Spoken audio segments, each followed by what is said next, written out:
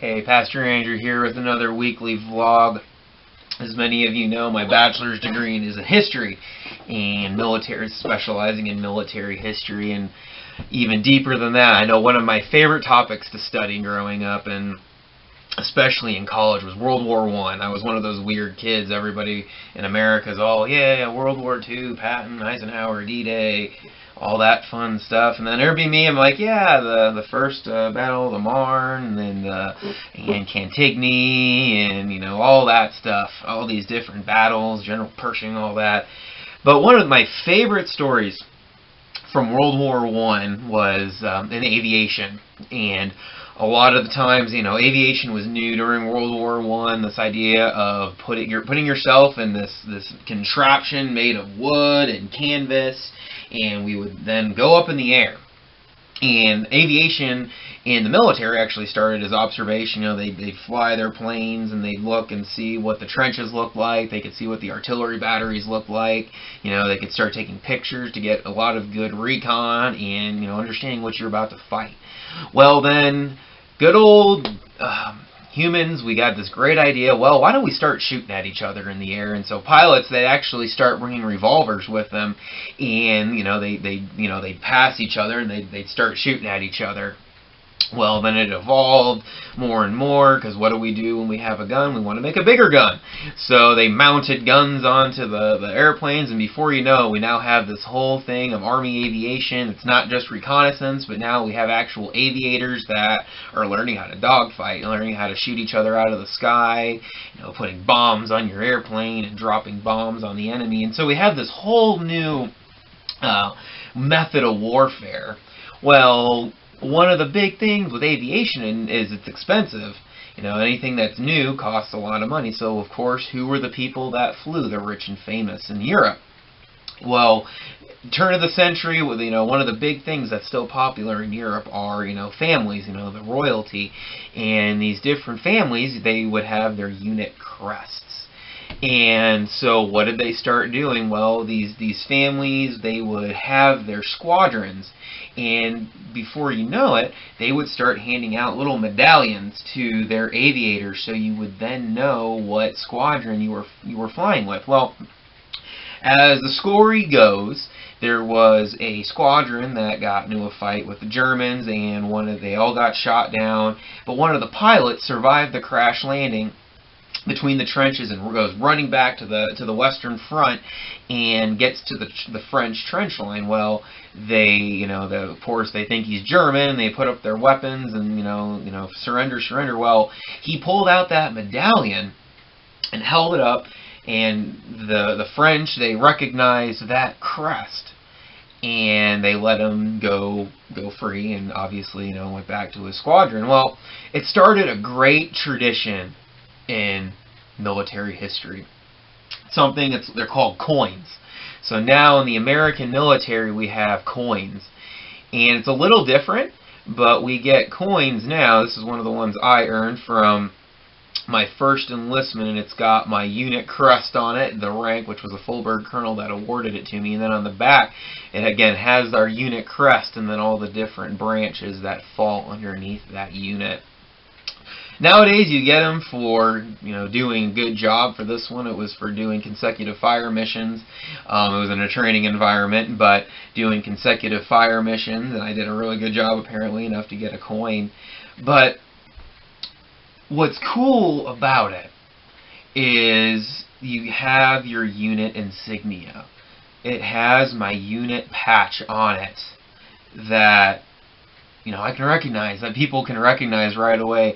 I was in the 138th Infantry at the time, which is we called it the fire chicken.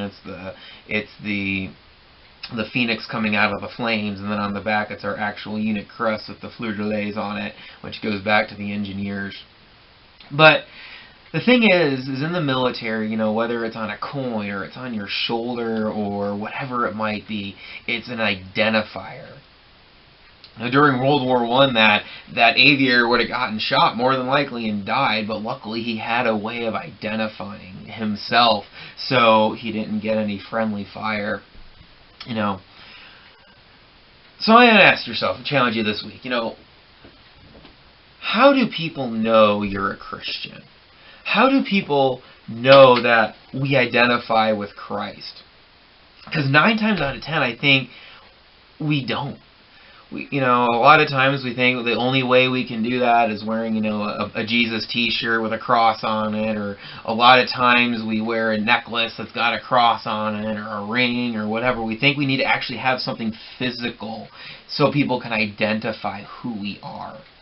But that's not the type of Christian that Jesus calls us to be. He doesn't care about what we wear or what we look like or anything like that. He wants us to identify with Him based off of our actions, our thoughts, our words, everything like that.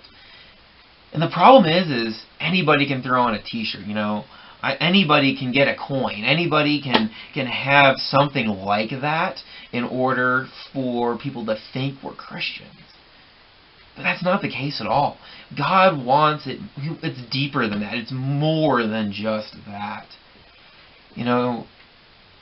God wants us to identify with Him. God wants people to know who we are with Him based off of how we treat others. Are we throwing our friends and family under the bus, our coworkers under the bus so we don't get in trouble? Do we put God first? Do we put God before our families? A lot of times we associate God with church. And so with that mentality, a lot of times we put church above our families. And the Bible doesn't tell us to do that. God calls us to put God first, then our families, and then the church. Especially Christian men. I'm talking to you. When we get married and start a family, God has called us to take care of our wives, to take care of our kids, to take care of our families. That should come before the church. But more than that, we need to love God first. We need to make God the number one priority in our life, and then our spouse and family. Christian women, same thing. God should be your number one priority over that man. After we put God first, then that's where your husband and children should come. I think a lot of times we put our kids above God and then our spouse. And then we wonder why divorces are so high in America today.